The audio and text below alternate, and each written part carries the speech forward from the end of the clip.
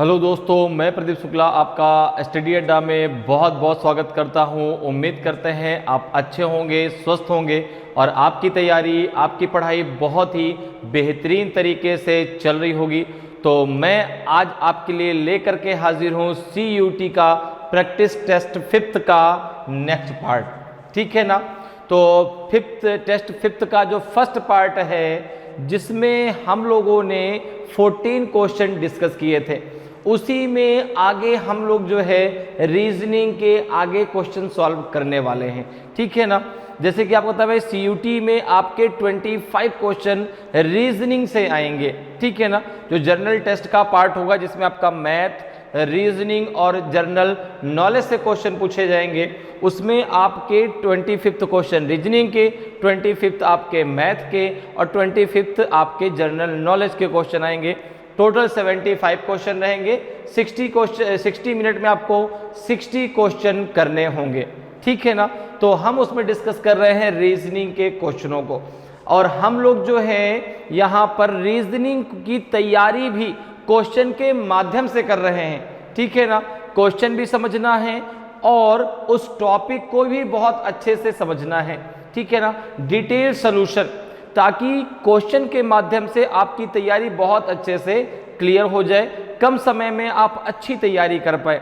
आपका जो है टेस्ट भी होता जाएगा और जो है आपकी तैयारी भी होती जाएगी और हर टॉपिक आपका तैयार होता जाएगा, और ताकि आप एग्जाम में बहुत अच्छा परफॉर्मेंस कर पाएंगे। तो चलिए आज की क्लास को स्टार्ट करते हैं। पहली क्लास में हम लोगों ने इसके 14 क्वेश्चन सॉल्व किए थे, उसी के अगले क्वेश्चन से हम लोग जो है आज की क्लास को स्टार्ट करते हैं। देखिए ये क्वेश्चन आपका 15th नंबर क्वेश्चन है।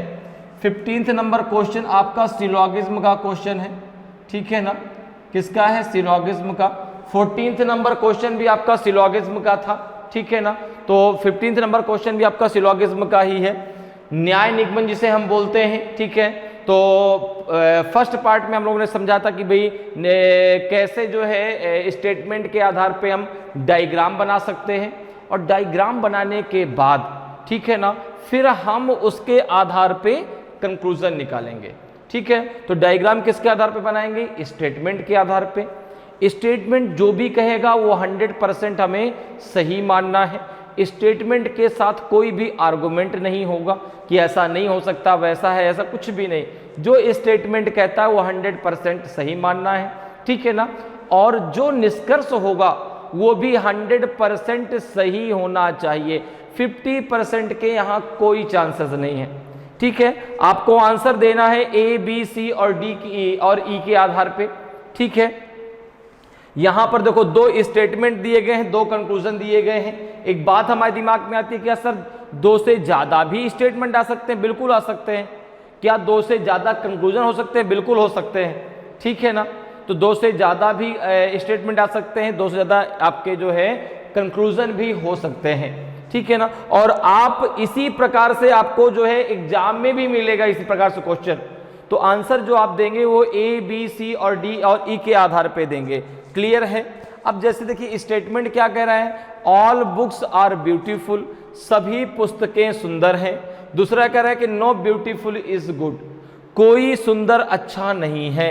अब देखो कंक्लूजन है पहला कि some books are not beautiful, ये फर्स्ट है यहाँ पे, ठीक है ना। यहाँ पे ये फर्स्ट, ठीक है ना। ये क्या है? फर्स्ट आपका कह रहा है कंक्लूजन कि some books are not beautiful, कुछ किताबें अच्छी नहीं हैं, सुंदर नहीं है।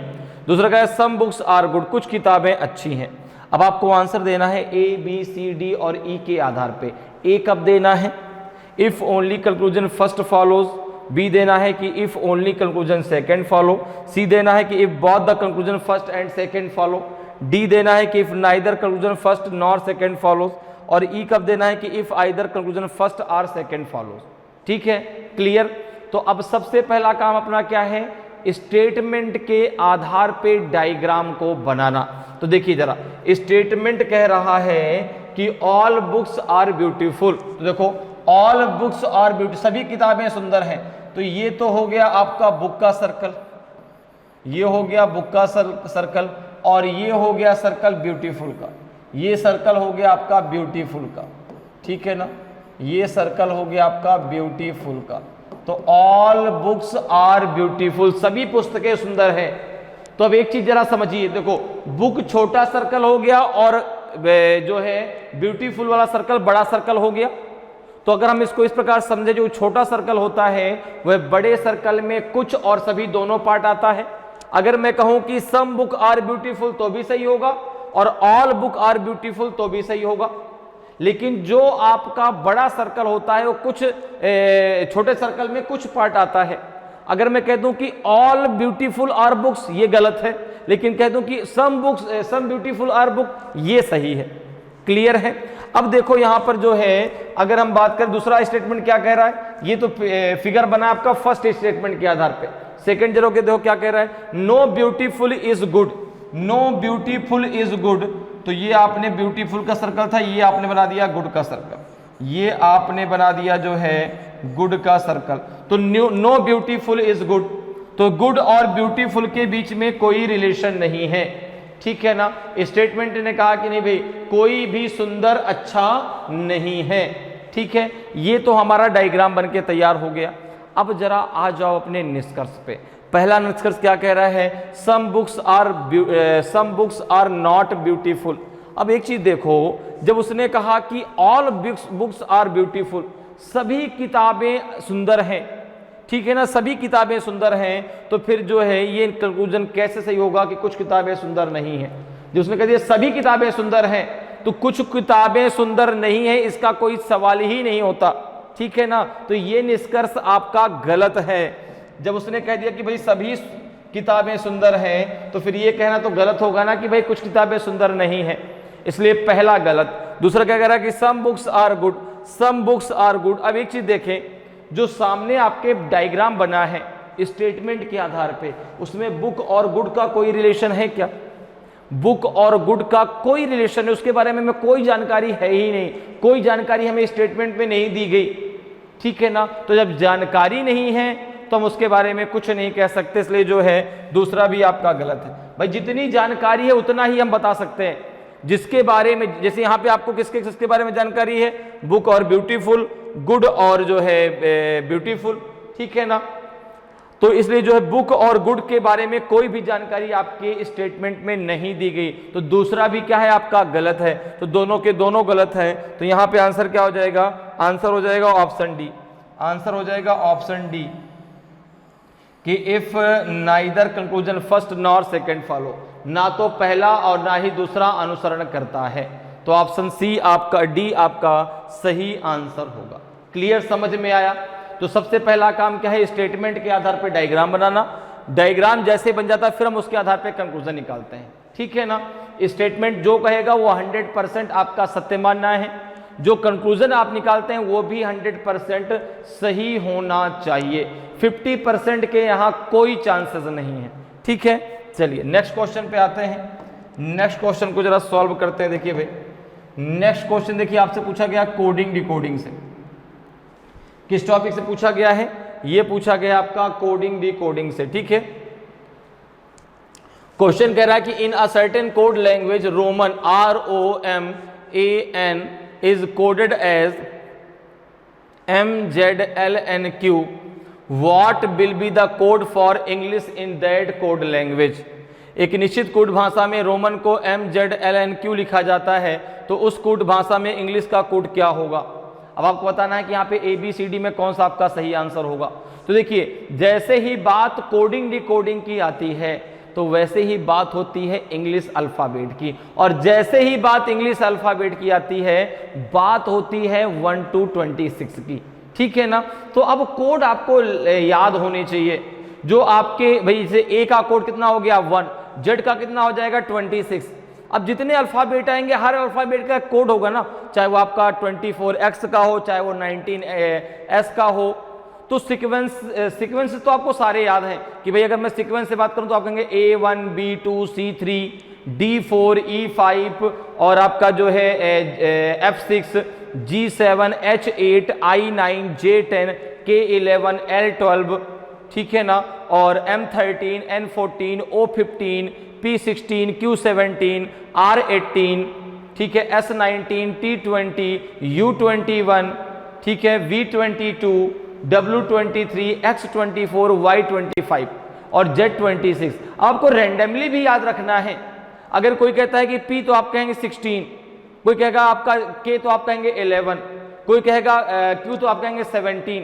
तो रैंडमली भी आपको अल्फाबेट के कोड याद रखने हैं। तो जैसे अगर हम अल्फाबेट की बात करते हैं तो बात आती है A to Z की, ठीक है ना। और अल्फाबेट के कोड अगर आपको लगे तो बहुत सारे टॉपिक ऐसे हैं जिनको आप बहुत आसानी से कर सकते हैं, बहुत आसान। जब भी अल्फाबेट की बात आती है हमेशा आप अल्फाबेट के क्वेश्चनों को अल्फाबेट के कोड के द्वारा ही सॉल्व करें, बहुत आसानी से आप सॉल्व कर पाएंगे। जैसे यहां पर देखिए, अगर मैं कोड की बात करूं तो सबसे पहले A आएगा, फिर B, फिर C, फिर D, फिर आपका E, F, G, H, I, J, K, फिर क्या आएगा आपका L, ठीक है, फिर M, N, O, P, Q, R, S, T, U, V, W, X, Y और Z। बहुत सारे कोड तो मैंने आपको याद करा दिया है अभी तक में, कई बार मैंने रिवीजन कराया। जब जब क्वेश्चन कोडिंग डिकोडिंग से आता है हर बार मैं आपको अल्फाबेट रिवाइज कराता हूं, इसलिए ताकि आपके दिमाग में चीजें बैठ जाए। आपको अगर कोड याद हो जाएंगे तो बहुत आसान हो जाएगा आपके लिए सारे क्वेश्चन करना। कैसे, अभी जरा उसको भी देखिएगा।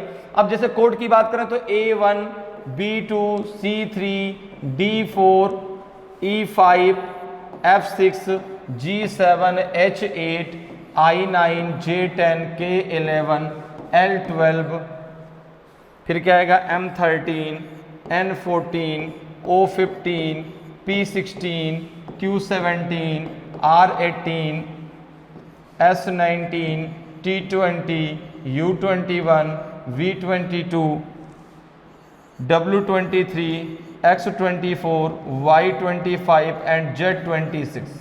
ओके, ठीक है। कोड कहां से स्टार्ट होता है? ए से, ठीक है ना। ए कितने नंबर पे आता है? 1 पे। जेड कितने पे आता है? 26 पे, ठीक है। हर एक अल्फाबेट का एक कोड होता है जो आपको लर्न करना है। आप दिन में 2 बार इनको पढ़ लें, अपने आप सारे के सारे आपको याद हो जाएंगे। क्लियर है? तो ये कोड जो है आपको लर्न करने हैं। कुछ शॉर्टकट फॉर्मूले भी होते हैं याद करने के, जैसे एक आपका इजोटी होता है जिससे आप निकाल सकते हैं, एक सिफ्लोरॉक्स होता है जो 3-3 के अंतराल पर लिया जाता है। सी है, पहले क्या लिया जाएगा? सी, फिर F, फिर I, फिर L, O, R, U and X। F का कोड 3, F का 6, C का 3, F का 6 और I का 9, L का 12, O15, R18, U21, X24। लेकिन मैं चाहता हूँ आपको निकालने की जरूरत ही ना पड़े, आपको सारे के सारे याद रहें, ताकि जैसे ही मेरे मुंह से यस निकले आपके मुंह से 19 निकले, ताकि आप बहुत आसानी से कोडिंग डिकोडिंग हो गया, एनालॉजी हो गया, क्लासिफिकेशन हो गया, सीरीज हो गया, जहां भी अल्फाबेट की बात है कि आप बहुत आसानी से क्वेश्चन उनके कोड के द्वारा सॉल्व कर पाएंगे। अब जैसे यहां पर देखिए आपसे कोडिंग डिकोडिंग से क्वेश्चन पूछा गया, ये तो बात हो गई इसके कोड की। कोडिंग डिकोडिंग से क्वेश्चन पूछा गया तो सबसे पहला काम क्या है? इनको लिखना। लिखने का तरीका क्या है? तो रोमन को क्या लिखा गया है? MZLNQ। तो आप सबसे पहले रोमन लिख लीजिए, जैसे यहां पे आपने लिख लिया R, फिर O, फिर M, फिर A, फिर N लिख दिया। अब इसके नीचे जो इसको डिकोड करके लिखा गया वो लिख लीजिए। यहाँ पे M लिखा गया है, इसको Z लिखा गया है, यहाँ पे देखो, यहाँ पे L, यहाँ पे M, नहीं L के बाद N है, L के बाद N, फिर यहाँ पे आ जाएगा आपका Q, ठीक है। अब एक चीज देखो, अब आपने दूसरा काम क्या किया? ये तो लिखने का तरीका हो गया है, ठीक है ना। हर एक अल्फाबेट के नीचे एक अल्फाबेट लिख दिया। दूसरा काम है इनके कोड को लिखना। जरा इनके कोड लिख लीजिए। तो R का code 18, O15, M13, A1, N14, okay, M13, Z26, L12, N14 and Q17, okay. अब जरा एक चीज देखो, हाँ, अब एक चीज ध्यान रखिएगा, इनके बीच जो एक मेथड निकलेगा ना, जो एक मेथड आपको निकलेगा वो एक सीरीज पे होगा, ठीक है ना। उसकी भी एक सीरीज बनेगी।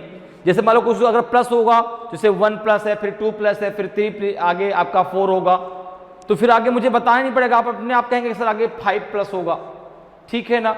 तो एक सीरीज बनेगी। अगर जैसे 1 माइनस हो रहा है फिर 1 माइनस हो रहा है तो आगे भी 1 माइनस होगा, ठीक है ना। तो ये एक सीरीज बनेगी इनके बीच डिफरेंस की, ठीक है। अब जैसे यहां पर देखो, अगर मैं सबसे पहले चेक करूं कि 18 को 13 लिखा गया है, 18 को 13 कैसे लिखा गया है, तो आपने कहा कि माइनस का 5 कर दीजिए। 15 को 26 कैसे लिख पाएंगे, तो प्लस का 11 कर दीजिए। 13 को 12 कैसे लिख पाएंगे, माइनस का 1 कर दीजिए। 1 को 14 कैसे लिख पाएंगे, प्लस का 13 कर दीजिए। अब एक चीज बताओ, क्या कोई यहाँ पे ऐसी सीरीज बन रही है, क्या कोई एक सीरीज बनी, आपको खुद ही नहीं पता क्या प्लस करना पड़ेगा, ठीक है ना। तो इनके बीच जब अब देखो यहाँ माइनस का 5 है, यहाँ प्लस का 11 है, यहाँ माइनस का 1 है, यहाँ प्लस का 13 है, तो क्या कोई सीरीज इनके बीच बन पा रही है, नहीं बन रही। तो अब देखो जब इस प्रकार से नहीं बन रही, अब मेरी बात बहुत ध्यान से समझिएगा, देखिए आपको क्या क्या तरीका लगाना है। पहले आपने क्या लगाया, फर्स्ट का रिलेशन फर्स्ट से, सेकंड का सेकंड से, थर्ड का थर्ड से, फोर्थ का फोर्थ से, फिफ्थ का फिफ्थ से। लेकिन अब यहां से उनके बीच जो मेथड निकल रहा है उसका एक क्रम नहीं बन पा रहा, तो फिर हम क्या करेंगे, फिर क्या चेक करेंगे, फिर हम चेक करेंगे फर्स्ट का लास्ट से, लास्ट का फर्स्ट से, सेकंड का सेकंड लास्ट से, सेकंड का सेकंड से, और मिडिल का मिडिल से। देखो जरा क्या है, अगर हम इसका चेक करते हैं फर्स्ट का लास्ट से, तो आपने कहा कि 18 यहाँ है 17, कितना माइनस करना पड़ेगा, आपने कहा माइनस का 1 कर दीजिए। अच्छा यहाँ है 14, यहाँ है 13, देखो यहाँ भी माइनस का 1 हो रहा है। 15 माइनस 1 14, 1 माइनस 1 जेड, चूंकि देखो ए के पीछे आपको जेड मिलेगा, जेड के आगे आपको ए मिलेगा, तो अगर 1 में हम 1 माइनस करेंगे तो 0 आएगा। 0 नाम का यहाँ कोई अल्फाबेट होता ही नहीं है, 0 किसी अल्फाबेट का कोड होता नहीं है। तो जब ए में आप 1 माइनस करेंगे तो जेड आ जाएगा, तो यहाँ पे देखो जेड लिखा है। और 13 माइनस 1, 13 माइनस 1 आपका 12 हो गया। तो मेथड आपको क्या निकला, मेथड आपका क्या निकला, मेथड निकला सब में आपको क्या करना है, माइनस का 1, सब में आपको माइनस का 1 करते जाना है, ठीक है ना, क्रॉस में, ठीक है ना। कैसे क्रॉस में करना है, तो यहां पे आपसे पूछा गया है इंग्लिश,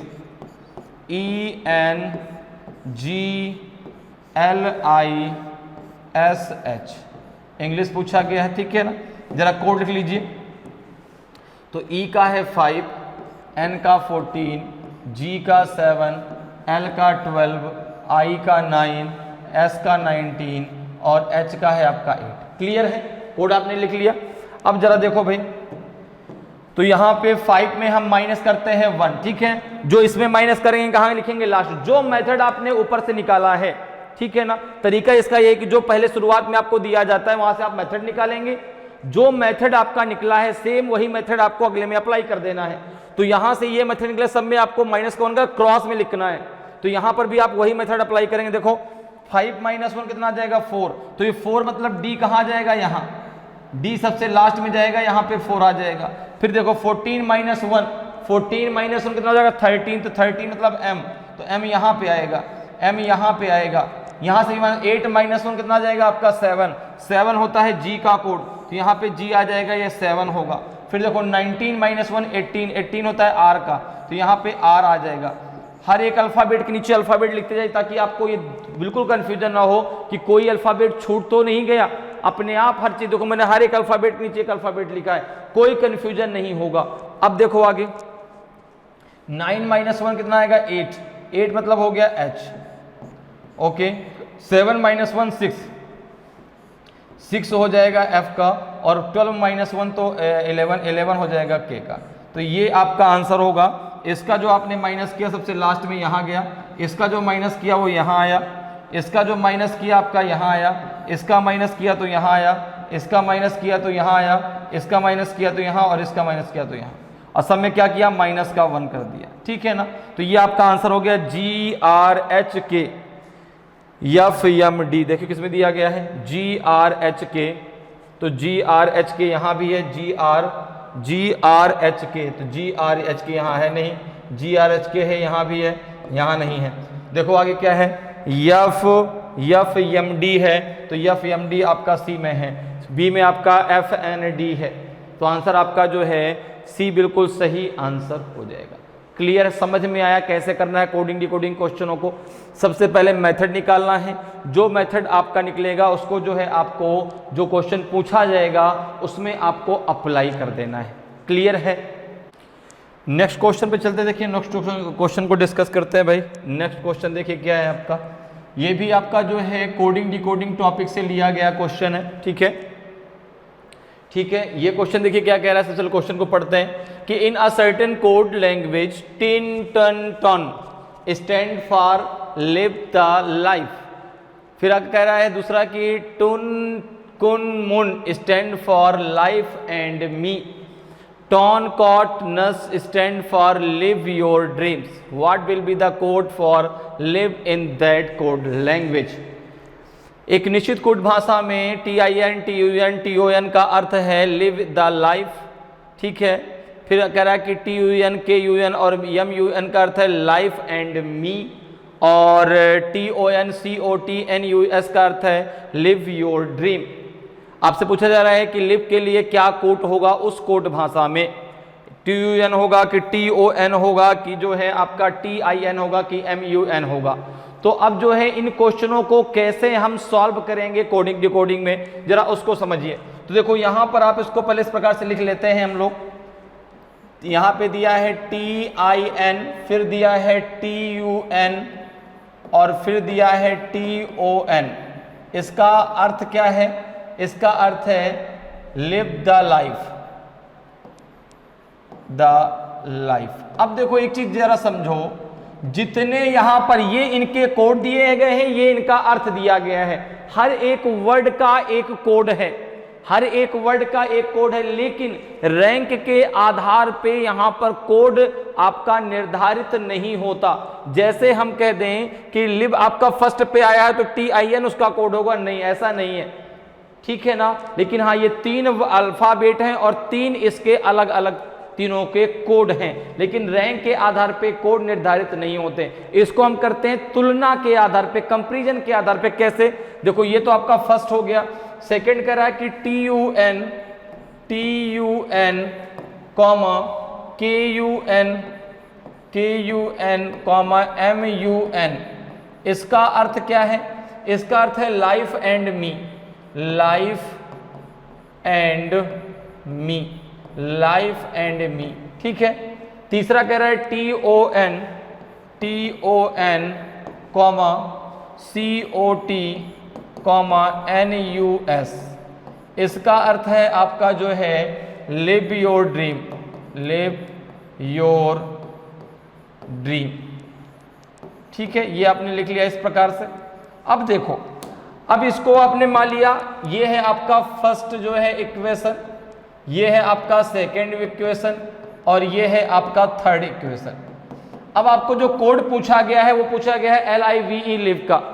तो अब एक चीज जरा समझो, या तो जो आपसे कोड पूछा गया है वो 2 जगह कहीं पर कॉमन हो तो उसका कोड आप निकाल सकते हैं, या फिर वो अपने जो है जिस लाइन में वो आया है उसमें वह सिंगल बच जाए। जैसे यहां पर अगर देखें तो फर्स्ट में दिया गया है लिव द लाइफ, ठीक है ना। लेकिन इस बात को भी ध्यान रखना कि रैंक के आधार पे कोड निर्धारित नहीं होता। हम ये नहीं कह सकते कि ये फर्स्ट पे आए तो इसका कोड आपका TIN हो जाएगा, नहीं। तो अब अगर हम कंपैरिजन करें फर्स्ट और सेकंड का, हम कंपैरिजन करते हैं फर्स्ट एंड सेकंड का। तो फर्स्ट सेकंड में देखिए क्या कॉमन है, आपने कहा लाइफ से लाइफ कट जाएगा, ठीक है ना। लाइफ से लाइफ, दोनों भाई लाइफ कॉमन है, लाइफ से लाइफ हमने कट कर दिया। अब देखो कोई और अल्फा वर्ड कॉमन है, नहीं। इधर कोड में आ जाओ, तो कोड में अगर आप देखें तो क्या कॉमन है, TUN। तो लाइफ के लिए कोड क्या हो जाएगा, TUN। लेकिन हमें लाइफ का नहीं चाहिए, हमें चाहिए लिव का, LIVE का। अब देखो अगर आप देखें तो फर्स्ट सेकंड में और कुछ नहीं कॉमन है, तो यहां से हमें लाइफ का कोड तो मिल गया, हमें यहां से किसका कोड मिल गया, लाइफ का। लाइफ का अगर पूछता तो आंसर TUN आ जाता, लेकिन हमसे पूछा है लिव का। अब अगर देखो फर्स्ट और अगर हम थर्ड को लेते हैं, फर्स्ट और थर्ड को लेने पे आप देख रहे हैं दोनों में LIV दोनों में कॉमन है, लिव दोनों में कॉमन है। अब यहाँ पे कोड देखिए क्या कॉमन है, तो आपने कहा TON दोनों में कॉमन है। तो यहाँ पर देखो लाइफ के लिए कोड क्या हो गया, लाइफ के लिए कोड हो गया आपका क्या हो गया, लाइव के लिए TON हो गया, तो यहां पे लाइव का कोड क्या हो गया, TON हो जाएगा। तो ऑप्शन बी आपका सही आंसर हो जाएगा, ठीक है ना, ऑप्शन बी आपका सही आंसर हो जाएगा। अब देखो एक चीज और समझ लो, लाइव का निकल आया, लाइव का निकल आया, अब यहाँ पे THE आपका सिंगल बचा हुआ है ना, यहाँ पे कोड भी आपका सिंगल क्या बचा, TIN, तो THE का कोड क्या हो जाएगा, TIN। क्लियर है, समझ में बात आ रही है। यहाँ पे देखो एंड और मी बचा है, ठीक है ना, दूसरे में क्या बचा है, एंड और मी, तीसरे में बचा है योर ड्रीम। अब अगर मुझसे कहा जाता कि मी का कोड क्या होगा, मेरी बात जरा ध्यान समझिएगा, अगर मुझसे पूछता कि मी का कोड क्या होगा या एंड का कोड क्या होगा। अब देखिए कहीं भी ना तो मी कॉमन है ना तो एंड कॉमन है, इन दोनों में कुछ भी कॉमन नहीं है। तो अगर मी का कोड पूछा जाता तो मेरा आंसर होता कि KUN और MUN, ठीक है ना, मैं वहां पे क्लियर नहीं बता पाता, वहां पे आंसर क्या होता है कि या तो KUN या तो MUN।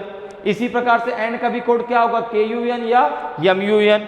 इसी प्रकार से योर और ड्रीम का भी होगा। तो रैंक के आधार पे कोड निर्धारित नहीं होते, या तो वो अपनी लाइन में सिंगल बचे, जैसे यहाँ पे देखो आपका THE सिंगल है तो TIN उसका कोड हो गया, और या तो फिर वो दो जगह कॉमन हो जाए, ठीक है ना, तो आप आसानी से उसका कोड निकाल सकते हैं। तो यहाँ पे जो है हमसे किसका पूछा गया था, लाइव का पूछा गया था, तो आंसर हो जाएगा आपका TON, ऑप्शन बी आपका सही आंसर हो जाएगा। क्लियर है। नेक्स्ट क्वेश्चन पे आते हैं, नेक्स्ट क्वेश्चन जरा डिस्कस करते हैं। देखिए क्या है भाई, नेक्स्ट क्वेश्चन आपका पूछा गया है डायरेक्शन टेस्ट से, ठीक है ना, क्वेश्चन पूछा गया डायरेक्शन टेस्ट से, दिशा परीक्षण से। क्वेश्चन है कि Ajay facing east travelled 10 kilometre straight, took a left turn and moved another 5 kilometer and then took another left turn and moved further 10 kilometer. How far is he from the starting point?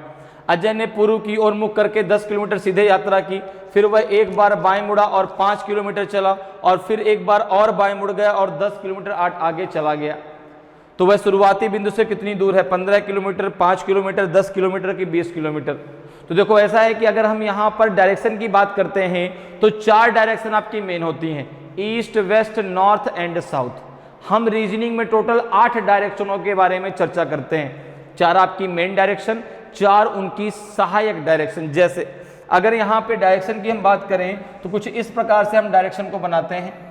ये direction आपकी 4 main direction कुछ इस प्रकार से बनती हैं, ये एक सेंटर पॉइंट के द्वारा आपस में कनेक्टेड रहती हैं।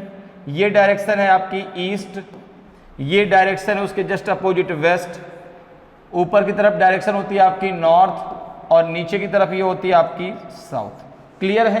तो ये तो आपकी 4 मेन डायरेक्शन हो गई, 4 इसकी सहायक डायरेक्शन। देखो ये 4 इसकी सहायक डायरेक्शन। यहां पे देखो ये हो जाएगा आपका, तो ये ईस्ट है, ये साउथ है, तो ये हो जाएगा साउथ ईस्ट। ये नॉर्थ है, ये वेस्ट है, तो ये हो जाएगा आपका नॉर्थ वेस्ट। इसी प्रकार से यहाँ पर भी देखो आपकी 2 डायरेक्शन यहाँ पर ये हो जाएंगी, तो ये डायरेक्शन है आपकी नॉर्थ और ईस्ट, तो ये हो जाएगी नॉर्थ ईस्ट। ये डायरेक्शन है आपकी साउथ और वेस्ट, तो ये हो जाएगी आपकी साउथ वेस्ट, ये हो जाएगी साउथ वेस्ट। क्लियर है। अब जो ये 2 डायरेक्शन है ना, जैसे नॉर्थ और ईस्ट है, इनके बीच का जो एंगल होता है वो 90 डिग्री का होता है। इनके बीच का जो ये पूरा एंगल है, ये पूरा एंगल 90 डिग्री का एंगल है, ठीक है ना, ये पूरा एंगल 90 डिग्री का एंगल है। तो कह सकते हैं कि जो है पूरा जो ये सर्कल है वो आपका 360 डिग्री का होता है। ये भी 90 डिग्री, ये भी 90 डिग्री और ये भी 90 डिग्री। तो पूरा जो ये सर्कल है वो आपका 360 डिग्री का होता है। तो अगर कोई व्यक्ति किसी भी एक दिशा में चेहरा करके खड़ा है और उसको 360 डिग्री मूव करा दिया जाए तो फिर से वह उसी दिशा की ओर चेहरा करके खड़ा हो जाएगा। क्लियर है। अब देखो जो मिडिल डायरेक्शन होता है वो आपके जो है इस 90 डिग्री को 45 डिग्री में डिवाइड कर देता है, ठीक है ना। ये भी देखो 90 डिग्री 45 डिग्री में डिवाइड हो जाएगा, यहाँ पर भी और यहाँ पर भी। तो जो मिडिल डायरेक्शन है वो आपके 90 डिग्री को 45 डिग्री में डिवाइड कर देता है, ठीक है ना। ये 8 की 8 दिशाएं आपस में इस सेंटर पॉइंट के द्वारा कनेक्टेड होती हैं। अगर आप किसी भी एक डायरेक्शन को कितने भी डिग्री अगर मूव कराते हैं तो बाकी डायरेक्शन अपने आप उतने डिग्री मूव हो जाती हैं, ठीक है ना। आप जो है किसी भी एक डायरेक्शन को जितनी डिग्री मूव कराएंगे बाकी डायरेक्शन अपने आप उतने डिग्री मूव कर जाएंगे, आपको उनको मूव कराने की जरूरत नहीं है। क्लियर। दूसरी बात, आप जो भी डायग्राम बनाते हैं हमेशा सेंटर पॉइंट पे उसका घर मान के आपको बनाना है, ठीक है।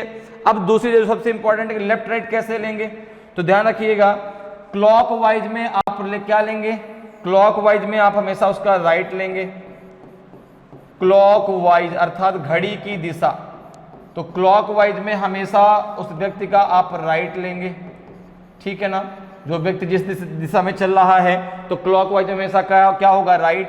और एंटी क्लॉकवाइज में क्या होगा, ये हो जाएगा एंटी क्लॉकवाइज, ये हो जाएगा आपका anti clockwise. Anti clockwise, anti clockwise में हमेशा आप उसका लेफ्ट लेंगे, एंटी क्लॉकवाइज में हमेशा आप उसका लेफ्ट लेंगे। क्लियर है। तो क्लॉकवाइज में राइट और एंटी क्लॉकवाइज में क्या हो जाएगा, लेफ्ट, ठीक है। एंगल कितना होता है आपका 90 डिग्री और 45 डिग्री का, ठीक है। अब जैसे एक बात जरा समझो कि अगर आप ईस्ट में चेहरा करके खड़े हैं तो क्लॉकवाइज ये हो जाएगा, तो इधर आपका राइट हो जाएगा, ऊपर की तरफ आपका लेफ्ट होगा। आप साउथ में खड़े हैं तो इधर की तरफ आपका राइट होगा और इधर की तरफ आपका लेफ्ट होगा। आप वेस्ट में चेहरा करके खड़े हैं, आपका इधर राइट होगा और इधर लेफ्ट होगा। आप नॉर्थ में चेहरा करके खड़े हैं, ये आपका राइट होगा और इधर आपका लेफ्ट होगा। क्लियर है, समझ में सारी चीजें आ गई, ठीक है। और दूसरी बात, अगर डायग्राम बनाने के बाद दूरी निकालने में वहां पर आपका डायग्राम में राइट एंगल बन रहा है तो वहां पर आप पाइथागोरस थ्योरम लगाएंगे। अगर राइट एंगल नहीं बन रहा तो पाइथागोरस थ्योरम लगाने की कोई जरूरत नहीं है। क्लियर है। ये जरूरी नहीं कि भाई जहां जहां दूरी निकालो हर जगह पाइथागोरस थ्योरम लगानी पड़े। पाइथागोरस थ्योरम क्या होती है, हाइपोटेनस का स्क्वायर बराबर परपेंडिकुलर का स्क्वायर प्लस बेस का स्क्वायर, ठीक है ना। लेकिन जरूरी नहीं कि हर जगह लगे, जहां पर आपका राइट एंगल बनेगा वहां पर पाइथागोरस थ्योरम लगेगी। क्लियर, इतनी बातें क्लियर हैं।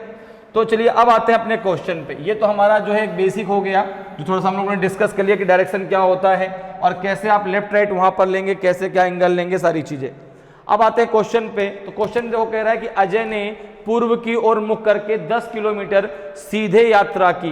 देखो ये आपका जो है, ये हो गया अजय का घर, ये हो गया अजय का घर, ठीक है ना। और इसके बाद वह जो है पूर्व की ओर। तो अब एक चीज बताएं कि जब अजय अपने घर से चलेगा तो पूर्व किधर है, इधर की तरफ है। देखो ये देखो, यही तो होता है पूर्व। तो पूर्व की तरफ चला और कितना चला, 10 किलोमीटर। आपने एक दूरी मान ली, ये 10 किलोमीटर, ठीक है। इसके बाद कह रहा है कि फिर वह एक बाएं मुड़ा, फिर वह एक बाएं मुड़ा और 5 किलोमीटर चला। जा रहा है ईस्ट में, क्लॉकवाइज नीचे की तरफ राइट, एंटी क्लॉकवाइज ऊपर की तरफ लेफ्ट। तो उसको बाएं मुड़ना है तो ऊपर की तरफ जाएगा और ये जो दूरी है वो है 5 किलोमीटर। कितनी है, 5 किलोमीटर। तो ये यहां से यहां चला गया 5 किलोमीटर। क्लियर है, बात समझ में आ गई। और फिर एक और बाएं मुड़ गया और 10 किलोमीटर और आगे चला। अब ये जा रहा है कहाँ, ये जा रहा है कहाँ, नॉर्थ में, साउथ में नहीं, नॉर्थ में। साउथ तो नीचे की तरफ होता है, ये जा रहा है साउथ में। भाई देखो ईस्ट में गया पहले 10 किलोमीटर, इसके बाद लेफ्ट मुड़ा तो लेफ्ट कहाँ मुड़ेगा, ऊपर की तरफ, क्योंकि एंटी क्लॉकवाइज में लेफ्ट होगा। 5 किलोमीटर चला और अब फिर से लेफ्ट मुड़ा। और जब लेफ्ट मुड़ा तो देखो ये जा रहा है नॉर्थ में, लेफ्ट जब मुड़ेगा तो एंटी क्लॉकवाइज इधर की तरफ आएगा। और ये जो दूरी चला वो कितनी चला, 10 किलोमीटर। तो बिल्कुल बराबर में आके खड़ा हो जाएगा, यहां से यहां पर आके ये खड़ा हो जाएगा। यहां पे आके कुछ ऐसा खड़ा होगा, ठीक है ना। यहां पे इसको सही से बना लेते हैं। यहां से जब ये चलेगा तो यहां पे बिल्कुल मान लो यहां पे आके खड़ा होगा, ठीक है। तो यहां पे जब आके खड़ा होगा तो ये ऐसे आप बनाओ, यहां पे ऐसे आएगा, ठीक है। क्लियर है। तो बिल्कुल बराबर में, चूंकि ये दूरी भी कितनी है, 10 किलोमीटर, 10 किलोमीटर यहां पे आके ये खड़ा हुआ, ठीक है। तो कह रहा है कि अब वह शुरुआती बिंदु से कितनी दूर है, तो ये था उसका स्टार्टिंग पॉइंट, ये था उसका स्टार्टिंग पॉइंट, ये था उसका स्टार्टिंग पॉइंट। तो यहां से ये दूरी आपसे पूछी जा रही है, तो बिल्कुल बराबर में होगा, बिल्कुल बराबर में आके खड़ा होगा, ठीक है ना। ये दूरी आपको बतानी है। तो आप मुझे बताओ कि भाई जब ये 10 किलोमीटर है तो ये भी 10 किलोमीटर है। तो बिल्कुल बराबर में ही तो आगे खड़ा हुआ। तो जब ये 5 किलोमीटर है तो ये भी दूरी कितनी होगी, 5 किलोमीटर होगी। तो वह स्टार्टिंग पॉइंट से 5 किलोमीटर की दूरी पर है। ऑप्शन बी आपका सही आंसर हो जाएगा। क्लियर। नेक्स्ट क्वेश्चन पे आते हैं। नेक्स्ट क्वेश्चन का जरा आंसर डिस्कस करते हैं भाई, क्या होगा। देखिए नेक्स्ट क्वेश्चन है आपका जो है, ये भी डायरेक्शन से रिलेटेड क्वेश्चन है, ठीक है ना। ये डायरेक्शन में एंगल से रिलेटेड क्वेश्चन आपसे पूछा गया है कि I am facing east, I turn 180 degree in the clockwise direction and then 135 degree in the anti clockwise direction, which direction am I facing now. मेरा मुख पूर्व की ओर है, मैं दक्षिणावर्त दिशा में 180 डिग्री मुड़ता हूं और फिर घड़ी की विपरीत दिशा में 135 डिग्री मुड़ता हूं। अब मेरा मुख किस दिशा की ओर है। दक्षिणावर्त का मतलब होता है क्लॉकवाइज, मतलब घड़ी की दिशा, ठीक है ना। कहीं कहीं वामावर्त लिख के आता है, घड़ी की विपरीत दिशा, ठीक है ना। तो कहीं जब वामावर्त आपको लिखा मिल जाए तो एंटी क्लॉकवाइज होता है और दक्षिणावर्त का मतलब होता है क्लॉकवाइज। क्लियर। अब देखो यहाँ पे आपसे जो क्वेश्चन दिया गया वो एंगल से रिलेटेड क्वेश्चन दिया गया है। मैंने अभी आपको बताया कि दो एंगल आपका 90 डिग्री और 45 डिग्री। अब देखो इसको आप दो तरीके से कर सकते हैं। पहला तरीका तो ये है कि आप जो है इसको पूरा का पूरा मूव करा लें। तो यहाँ पे 8 डायरेक्शन इस प्रकार से आप पहले खींच लें, ठीक है ना। इस प्रकार से 8 के 8 डायरेक्शन इस प्रकार से खींच लें। ये सेंटर पॉइंट हो गया। ये आपका है ईस्ट, ये डायरेक्शन है आपका वेस्ट, ये डायरेक्शन है आपका साउथ, ये डायरेक्शन है आपका नॉर्थ, ये डायरेक्शन है आपका साउथ ईस्ट और ये डायरेक्शन है आपका नॉर्थ ईस्ट, ये डायरेक्शन है आपका नॉर्थ वेस्ट, नॉर्थ वेस्ट और ये डायरेक्शन है आपका साउथ वेस्ट। अब जरा देखिए, अगर हम बात करें तो यहाँ पे पूरा एंगल 90 डिग्री का और ये आपका जो हाफ एंगल है इतना, ये 45 डिग्री का होता है। अब कह रहा है कि जो है मैं पूर्व की ओर चेहरा करके खड़ा हूं, मैं कुछ ऐसे खड़ा हूं, यहाँ पे मैं इस प्रकार से खड़ा हूं। अब कह रहा है कि मैं दक्षिणावर्त दिशा में 180 डिग्री मुड़ता हूं। दक्षिणावर्त दिशा मतलब क्लॉकवाइज, ठीक है ना, कि आई turn 180 degree in the clockwise direction. तो देखो ये क्लॉकवाइज होगा, ये क्लॉकवाइज होगा और ये एंटी क्लॉकवाइज होगा। तो 180 डिग्री क्लॉकवाइज कितना हो जाएगा, देखो यहां से यहां 90 डिग्री, यहां से यहां 90 डिग्री, ये हो जाएगा आपका 180 degree, 180 degree clockwise, 180 degree clockwise. Okay, ये पूरा मूवमेंट हो गया। अब देखो फिर वो कह रहा है आगे कि यहां पहुंचने के बाद फिर मैं 135 डिग्री एंटी क्लॉकवाइज चलता हूं। एंटी क्लॉकवाइज मतलब घड़ी की विपरीत दिशा, मतलब अब मैं यहां से ऐसे घूमूंगा। तो एक चीज देखो, यहां से यहां तक का एंगल 90 और ये हो जाएगा आपका 45, ये हो जाएगा 45, तो 135 डिग्री हो गया। तो ये हो जाएगा आपका जो है 135 degree anti clockwise, 135 degree anti clockwise. ये मैं घूम गया। अब बताओ मेरा चेहरा किस दिशा में है। इतना सब घूमने के बावजूद मेरा चेहरा किस दिशा में आ गया, तो आपने कहा साउथ ईस्ट, तो आंसर आ गया आपका साउथ ईस्ट, ऑप्शन बी। एक तरीका तो ये है, ठीक है ना, पूरा का पूरा एंगल आप घुमा दीजिए। अब दूसरा तरीका भी मैं आपको बताता हूं कि एंगल सेटलमेंट लगा के आप आंसर निकाल सकते हैं। वो कैसा है, आप यहां पर लिख लीजिए कि भाई देखो आपका क्लॉकवाइज कितना चला, एंटी क्लॉकवाइज कितना चला।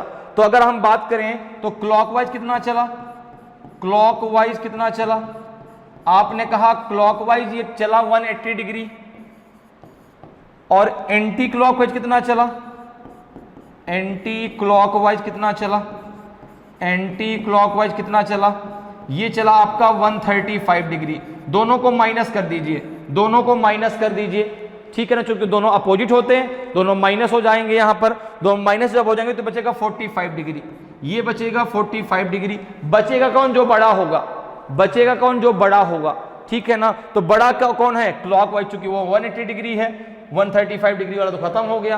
तो अब आप एक काम करो कि जहां पर आप हैं उसका चेहरा कहां है, उसका चेहरा है ईस्ट में, ठीक है ना, कहां है, पूर्व में, वहां से उसको 45 डिग्री क्लॉकवाइज घुमा दो। अब एक चीज जरा देखना, अब एक चीज जरा मेरी समझना, देखो यहां पे अगर उसका चेहरा ईस्ट में है और यहां से वह 45 डिग्री क्लॉकवाइज घूमता तो यहां से ये यहीं पर तो आ जाता, तो आपका आंसर साउथ ईस्ट डायरेक्ट आ जाता कि नहीं आ जाता। आपका आंसर डायरेक्ट साउथ ईस्ट आ जाता कि नहीं आ जाता। तो इस तरीके से आपको करना है, आपको इस तरीके से करना है, बहुत जल्दी आप आंसर निकाल पाएंगे। ठीक है ना, बात मेरी समझ में आ रही है। एंगल सेटलमेंट लगा दीजिए, दोनों को लिख लीजिए, माइनस कर दीजिए, जो बड़ा होगा उसी की वैल्यू बचेगी। तो बड़ी वैल्यू किसकी है, क्लॉकवाइज की। तो यहाँ पे जो 45 डिग्री बचा है ना, वो क्लॉकवाइज उसको मूव करना है, और क्लॉकवाइज जब मूव करेंगे तो कहाँ पहुंच जाएगा, साउथ ईस्ट में। तो ऑप्शन बी आपका सही आंसर हो जाएगा। क्लियर है। नेक्स्ट क्वेश्चन पे आते हैं। नेक्स्ट क्वेश्चन का आंसर जरा देखते हैं भाई क्या होगा। नेक्स्ट क्वेश्चन जरा देखिए भाई क्या है। नेक्स्ट क्वेश्चन आपका इंग्लिश अल्फाबेट से लिया गया है। क्वेश्चन कह रहा है कि in the English alphabet which letter is exactly in between the 6th letter from left and 10th letter from right. अंग्रेजी वर्णमाला में कौन सा अक्षर बाएं से छठे और अक्षर और दाएं से 10वें अक्षर के ठीक बीच में है। यू है, वी है, एच है कि there is no such letters. अब देखो यहां पर एक चीज जरा समझो, या तो इसको पूरा लिख के करिए, ठीक है ना, ए से जेड तक पूरा लिख लीजिए। ठीक है, अब अगर मैं बात करूं तो जहां पे ए है वो आपका लेफ्ट एंड होता है, और जहां पे जेड लिखा होता है वो आपका राइट एंड होता है। ठीक है ना, जैसे यहां पे अगर हम देखें तो यहां पे जरा इसको लिख लेते हैं, पहले हम ए, फिर B, C, D, E, F, G, H, I, J, K, L, M, N, O, P, Q, R, S, T, U, V, W, X, Y और जेड। अब एक चीज जरा समझना, ये होता है जहां पे आपका ए लिखा है, इसको हम बोलते हैं लेफ्ट एंड। क्या बोलेंगे, लेफ्ट एंड। ठीक है ना, और जहां पे आपका जेड लिखा है इसको हम बोलते हैं राइट एंड। इसको हम क्या बोलेंगे, राइट एंड बोलेंगे। ठीक है, क्लियर। ठीक है, अब जरा देखो यहां पे कह रहा है कि अंग्रेजी वर्णमाला में कौन सा अक्षर बाएं से छठे। अब यहां पे अगर मैं कहूं कि लेफ्ट से आप जो 6th लेटर है वो कहां से काउंट करेंगे, तो ए से काउंट करेंगे, और राइट से आप जो लेटर काउंट करेंगे वो कहां से करेंगे, जेड से काउंट करेंगे। तो अगर मैं लेफ्ट से जो है, लेफ्ट से 6th लेटर अगर काउंट करूं, ठीक है ना, 6th लेटर फ्रॉम लेफ्ट, अगर मैं बात करूं कि 6th लेटर फ्रॉम लेफ्ट, तो ये क्या आ जाएगा, ये आ जाएगा आपका जो है 1 2 3 4 5 6, ये आ जाएगा आपका एफ। ठीक है, अगर मैं बात करूं कि 10th लेटर फ्रॉम राइट, अगर मैं बात करूं कि 10th लेटर फ्रॉम राइट, तो ये क्या हो जाएगा आपका। अब ये कहां से काउंट करेंगे आप, जेड से। ये कहां से काउंट करेंगे आप, जेड से काउंट करेंगे। देखो 1 2 3 4 5 6 7 8 9 10, तो ये क्या हो जाएगा आपका क्यू। इन दोनों के मिडिल में लेटर आपको निकालना है, इन दोनों कहां निकालना है, मिडिल में निकालना है। तो आप जब इधर से काउंट करिए तो भाई इधर ही बराबर अक्षर बांट दीजिए, इधर भी जो बीच में बचेगा वही मिडिल में हो जाएगा। देखो कैसे, 2 आपने यहां बांटा, 2 आपने यहां बांटा, 2 उसकी तरफ चले गए, 2 इनकी तरफ चले गए, 2 इनकी तरफ आ गए। अब देखो यही 2 तो बचे, ये दोनों बच गए यहां पर। भाई देखो यहां से पूरी 4 लेटर इसकी तरफ हो गए, यहां से यहां तक लेटर इसकी तरफ हो गए, क्योंकि लेफ्ट से आपका 10वां अक्षर क्या हो जाएगा, क्यू हो जाएगा। ठीक है ना, अब इन दोनों को जब आपने देखा तो ये बीच में क्या बचा, के और एल। अब के और एल में मिडिल में कोई है ही नहीं, तो यहां पे आंसर क्या हो जाएगा कि there is no such letter. इनके बीच कोई भी अक्षर नहीं है, इनके बीच कोई भी ऐसा अक्षर नहीं है। ठीक है ना, जो मिडिल में होगा। एक तरीका तो ये है। दूसरा तरीका क्या है आपका करने का, आप दोनों को एक ही साइड से बना लें। ठीक है ना, जैसे दिया है लेफ्ट से कितना दिया है, लेफ्ट से कितना दिया है, तो आपने कहा लेफ्ट से दिया है 6, और लेफ्ट से 6th नंबर क्या होता है आपका एफ। ठीक है ना, फिर दिया है राइट से, आपका दिया है राइट से दिया है आपका 10th। इसको आप लेफ्ट से बना लें, कैसे, 27 से माइनस करके, 27 माइनस 10 ये हो जाएगा 17th। ठीक है ना, अब देखो जैसे ही आपने 27 से माइनस कर दिया है, 17th कहां से बन गया, लेफ्ट से, ये बन गया लेफ्ट से। अब इन दोनों को ऐड कर दीजिए, तो 10 + 17/2, तो ये हो जाएगा आपका कितना 10 + 17 हो जाएगा आपका जो नहीं 6 + 17 10 नहीं, लेफ्ट से वो 6 था ना, तो 6 + 17 कितना हो जाएगा 23/2। क्या 23 2 से डिविजिबल है? नहीं है, इसलिए इनके बीच कोई भी लेटर नहीं होगा। अगर ये 2 से डिवाइड हो जाता तो इनके बीच लेटर हो जाता। तो एक तरीका ये भी है करने का, ठीक है ना। लेकिन ये बात ध्यान रखना है कि लेफ्ट को राइट को अगर आपको लेफ्ट में कन्वर्ट करना है तो 27 से उसको माइनस करना पड़ेगा, ठीक है ना। तो एक तरीका ये है, एक तरीका पूरा लिख करके है जो बेसिक तरीका है, ये डायरेक्ट तरीका है, ठीक है, कि लेफ्ट से दोनों को एक ही तरफ से बना लीजिए और दोनों को ऐड करके 2 का भाग दे दीजिए।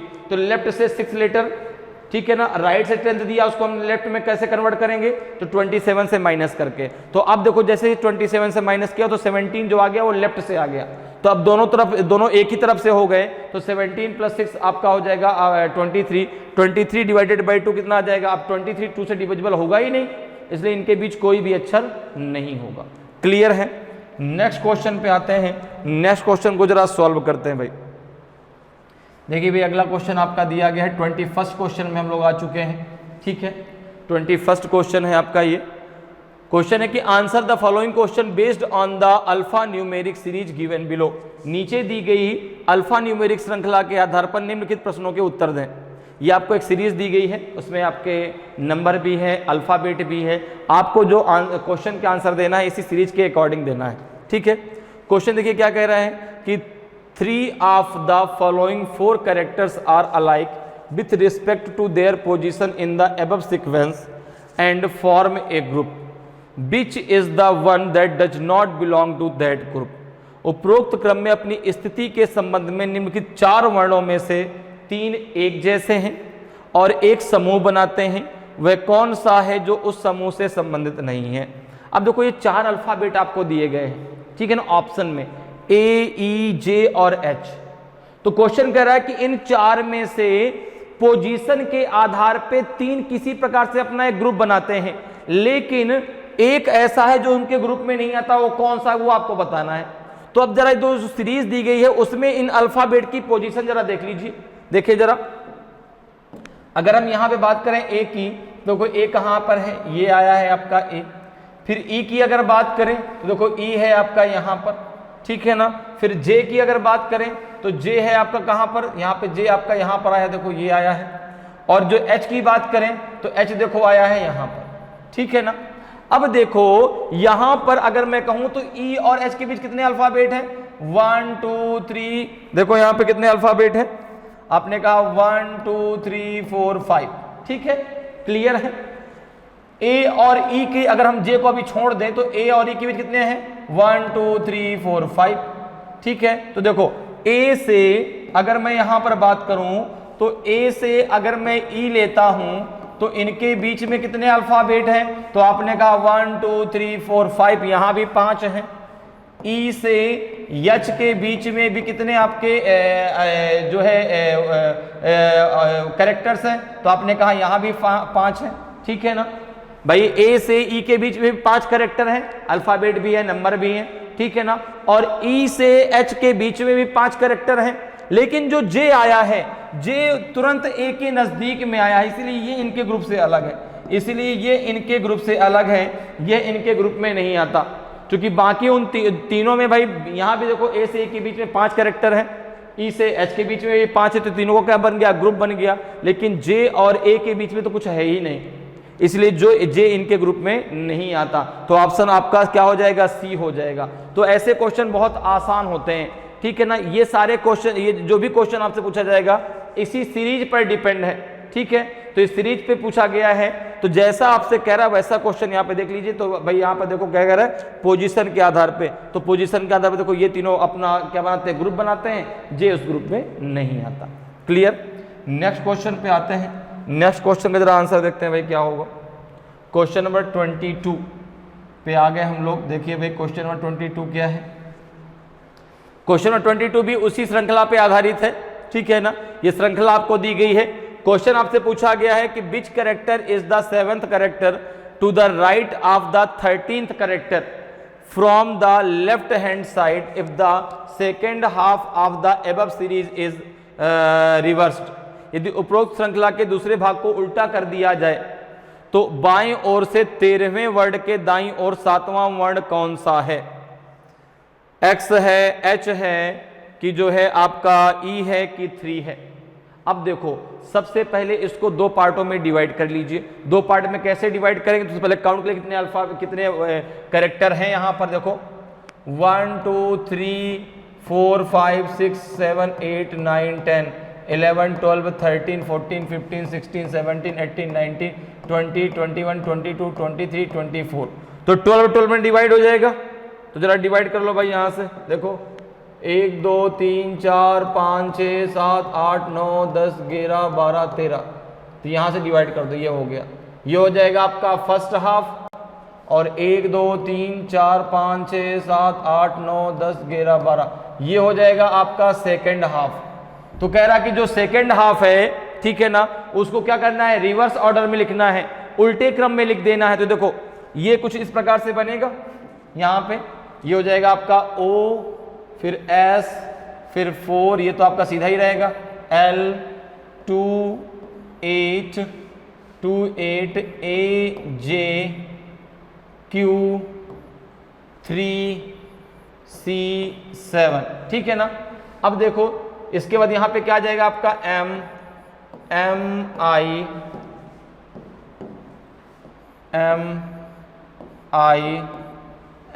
I V O G H9 H9X H9S X 5 6 FE।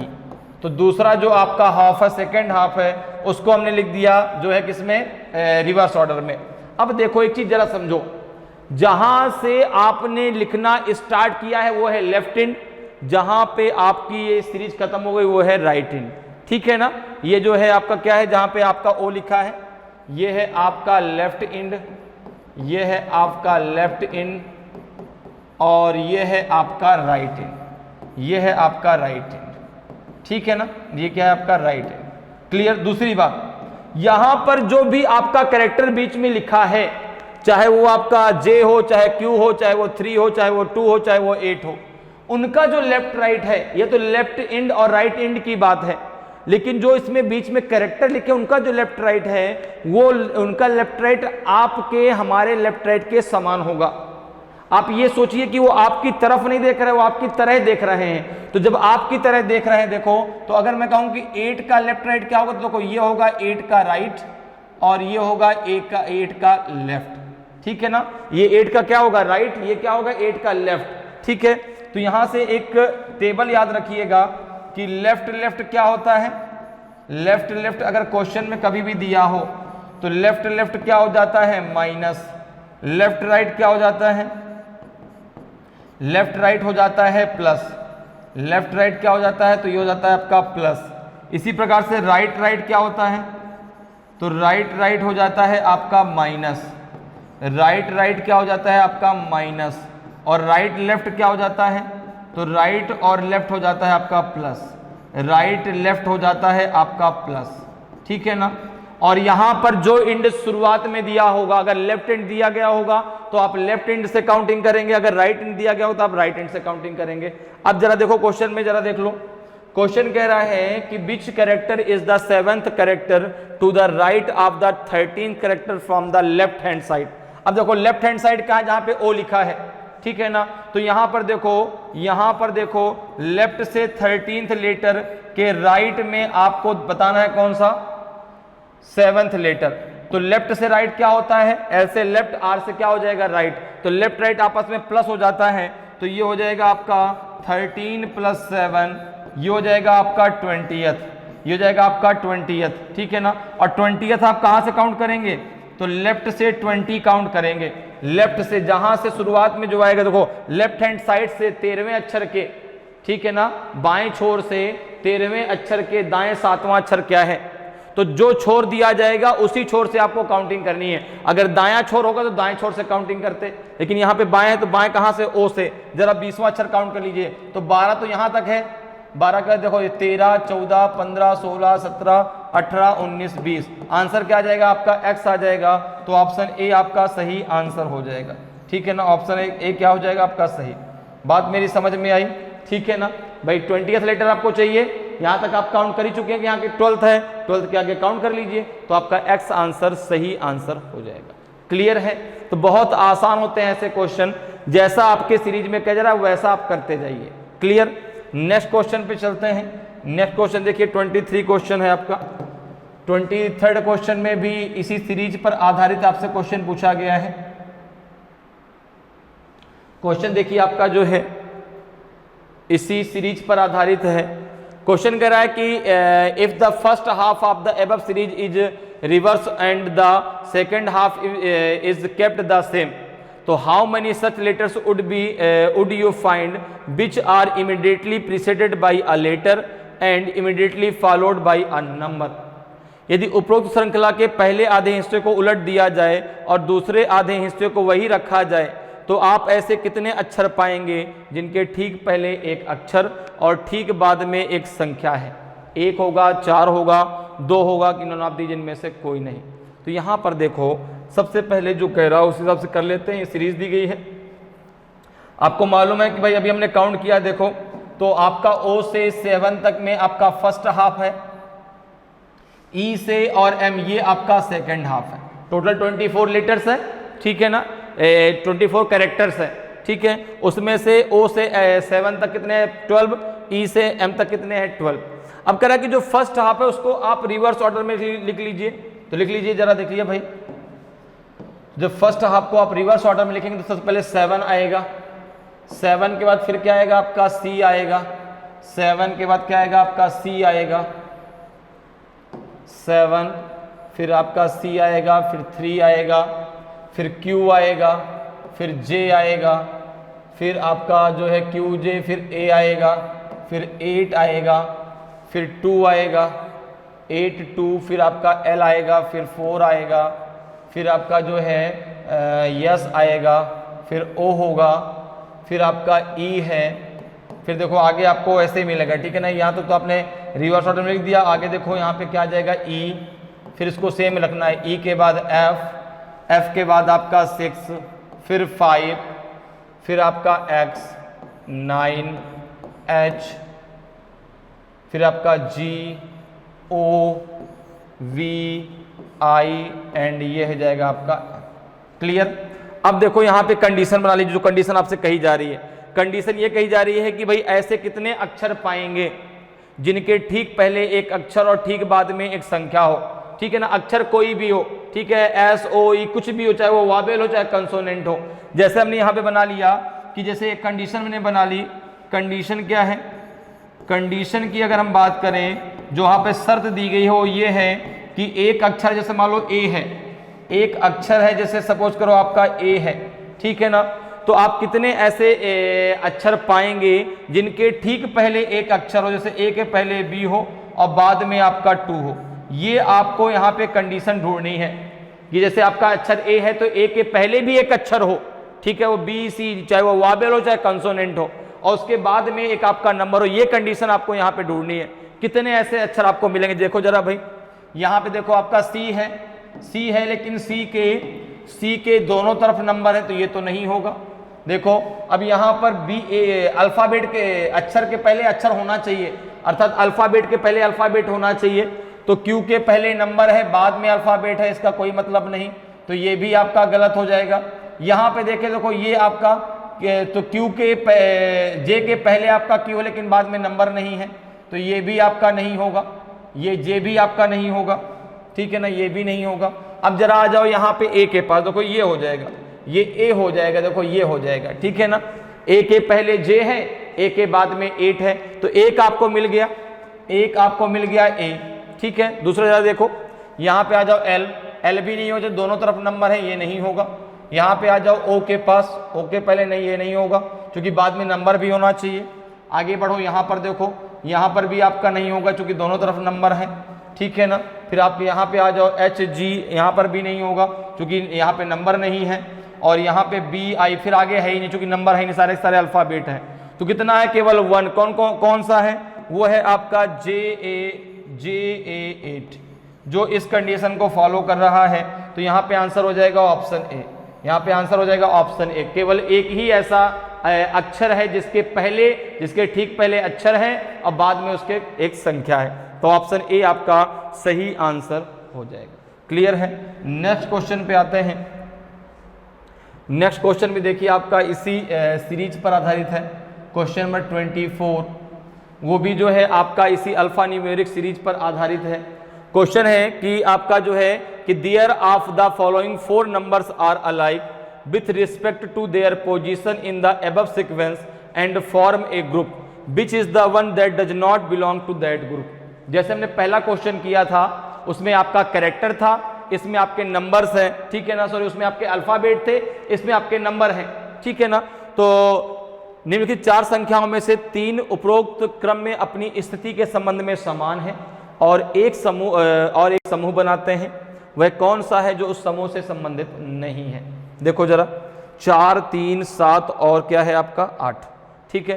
तो अगर हम बात करें, देखो 4 यहाँ पे है, ठीक है, फिर 3 कहाँ है? आपने कहा 3 यहाँ पर है, ठीक है। 7 कहाँ है? 7 यहाँ पर है। और 8 कहाँ है? देखो 8 यहाँ पर है, ठीक। अब एक चीज़ जरा देखना, अगर यहाँ पे मैं बात करूँ तो 4 और 8 के बीच में कितने आपके कैरेक्टर छोटे हैं? 2, ठीक है ना। यहाँ पे 8 और 3 के बीच में कितने छोटे हैं आपके? 3, ठीक है। फिर अगर यही हम चीज आगे देखें तो भाई 4 और 8 के बीच में 2 हैं, 8 और 3 के बीच में 3 है, तो फिर 3 और 7 के बीच में 4 छूटने चाहिए ना भाई। यहां देखो एक सीरीज यही तो बनेगा, यही तो क्रम बनेगा भाई। 4 और 8 और तो आगे कहीं 7 आया? नहीं आया। तो यहां पर देखिए 4 के बाद जब आपने 8 लिया तो इनके बीच जो 2 कैरेक्टर छूटे। 8 के बाद जब आपने 3 लिया तो यहाँ पे कितने कैरेक्टर छूटे? 3 कैरेक्टर छूट गए। अब 3 के बाद जब आप 7 लेंगे तो यहाँ पर 4 कैरेक्टर छूटने चाहिए, जबकि यहाँ पे 3 और 7 के बीच में कितना है? 1 कैरेक्टर छूटा। इसीलिए जो है आपका 7 अलग है। इसलिए इनके ग्रुप से कौन अलग है? 7 अलग है। 7 इसके ग्रुप में नहीं आएगा, क्योंकि भाई देखो यहाँ पे 2 छूटे, फिर 3, फिर यहाँ पे 4 होना चाहिए, जबकि उनके बीच में 1 ही छूटा हुआ है, इसलिए 7 इनके ग्रुप में नहीं आएगा। 7 इनके ग्रुप से अलग है। तो ऑप्शन सी आपका सही आंसर हो जाएगा। क्लियर है? समझ में बात आ रही है? तो बहुत आसान होते हैं ऐसे क्वेश्चन, जैसा कहा जा रहा है आपसे वैसा कर दीजिए, आपका आंसर आ जाएगा। तो इसका आंसर हो जाएगा ऑप्शन सी। नेक्स्ट क्वेश्चन पे आते हैं, 25 नंबर क्वेश्चन पे। 25 नंबर क्वेश्चन भी आपका देखिए सीरीज से ही पूछा गया है, ठीक है। अल्फा न्यूमेरिक सीरीज से पूछा गया है आपसे। क्वेश्चन कह रहा है 25 कि ये आपको अल्फा न्यूमेरिक सीरीज दी गई है। Which character is the 8th character to the left of the 12th character from the right hand side if the first half of the above series is reversed. यदि उपरोक्त श्रृंखला के पहले भाग को उल्टा कर दिया जाए तो दाएं ओर से 12वें वर्ड के बाएं से 8वां वर्ड कौन सा है? ठीक है ना। तो कुछ नहीं, देखिए आपको पता है कि भाई जहां से हम लिखना स्टार्ट करते हैं, जहां ओ लिखा है ये आपका लेफ्ट हैंड साइड है, जहां एम लिखा है वो आपका राइट हैंड साइड है, ठीक है ना। जो आपका छोड़ दिया गया होगा कैरेक्टर की काउंटिंग हम वहीं से करेंगे। मैंने आपको टेबल बता दिया, लेफ्ट लेफ्ट क्या होता है माइनस, लेफ्ट राइट क्या होता है प्लस, राइट राइट क्या होता है माइनस, राइट लेफ्ट क्या होता है प्लस। अब देखिए क्या कह रहा है कि यदि जो फर्स्ट हाफ है उसको क्या कर दिया जाए, रिवर्स कर दिया जाए। देखो भाई फर्स्ट हाफ कहाँ से कहाँ तक आएगा? आपने कहा ओ से 7 तक फर्स्ट हाफ है और उधर आपका सेकेंड हाफ है। इसको जरा रिवर्स ऑर्डर में लिख लेते हैं। देखो जरा, तो सबसे पहले 7 आएगा, 7 के बाद आपका C आएगा, फिर 3 आएगा, फिर Q आएगा, फिर आपका J, फिर A, फिर आपका 8 आएगा, फिर 2 आएगा, फिर L आएगा, फिर 4 आएगा, फिर S आएगा, फिर आपका O होगा, ठीक है ना। इसके बाद फिर आगे जब बढ़ेंगे आप तो क्या मिलेगा आपको E, फिर F, फिर E F 6 5 6 5 X 6 5 X 9 H G O V I and M। Clear? जहां पे 7 लिखा है ये आपका जो है लेफ्ट हैंड साइड है, ये आपका लेफ्ट हैंड साइड है, ठीक है। जहां पे m लिखा है ये आपका राइट हैंड साइड है, राइट हैंड साइड है, ठीक है ना, राइट हैंड साइड है, ठीक है। आपको पता है कि लेफ्ट लेफ्ट क्या होता है माइनस, लेफ्ट राइट क्या होता है प्लस, क्लियर। अब देखो यहां पे दिया है कि दाएं छोर से, ठीक है ना, तो which character is the 8th character to the left of the 12th character from the right hand side. तो राइट हैंड साइड से 12th कैरेक्टर के लेफ्ट में 8th कैरेक्टर क्या होगा। तो राइट से लेफ्ट क्या होता है प्लस, राइट से लेफ्ट क्या होता है, राइट से लेफ्ट आपका प्लस होता है। तो 12 प्लस 8 कितना हो जाएगा आपका 20, और ये 20 आप कहां से काउंट करेंगे, राइट से, राइट से 20th कैरेक्टर आप काउंट कर लीजिए। देखो जरा राइट हैंड साइड है कौन सा, जहां m लिखा है 1 2 3 4 5 6 7 8 9 10 11 12 13 14 15 16 17 18 19 20। आंसर क्या आ जाएगा जे, तो आंसर हो जाएगा ऑप्शन नंबर डी। बात मेरी समझ में आई। काउंटिंग कहां से करेंगे, जहां जो साइड हमें दी गई, कहां से आपको बताना है, राइट हैंड साइड से, मतलब कहां से, m से। तो राइट से लेफ्ट क्या होता है आपका प्लस होता है। तो 12 प्लस 8 कितना हो जाएगा आपका, जो हो जाएगा 20, और 20th लेटर आप कहां से काउंट करेंगे, राइट हैंड साइड से। तो 1 2 3 4 5 6 7 8 9 10 11 12 13 14 15 16 17 18 19 20। तो आंसर क्या आ जाएगा आपका, जे आएगा। तो नॉन ऑफ दीज आपका सही आंसर होगा। तो इस प्रकार से आप बहुत आसानी से जो है रीजनिंग के क्वेश्चनों को सॉल्व कर सकते हैं। तो उम्मीद करते हैं कि आज क्लास आपको बहुत अच्छे से समझ में आई होगी। अगर आज की क्लास आपको अच्छी लगी हो, आज का वीडियो आपको अच्छा लगा हो, और अभी तक आपने वीडियो को लाइक नहीं किया तो वीडियो को लाइक जरूर करें। अगर आप नए हैं और अभी तक आपने चैनल को सब्सक्राइब नहीं किया तो चैनल को सब्सक्राइब जरूर कर लें, ताकि आपको क्लास की जानकारी समय समय पर मिलती रहे और आपकी तैयारी बेहतरीन तरीके से चलती रहे। तो आज के लिए इतना ही, फिर मिलेंगे। जय हिंद, जय भारत।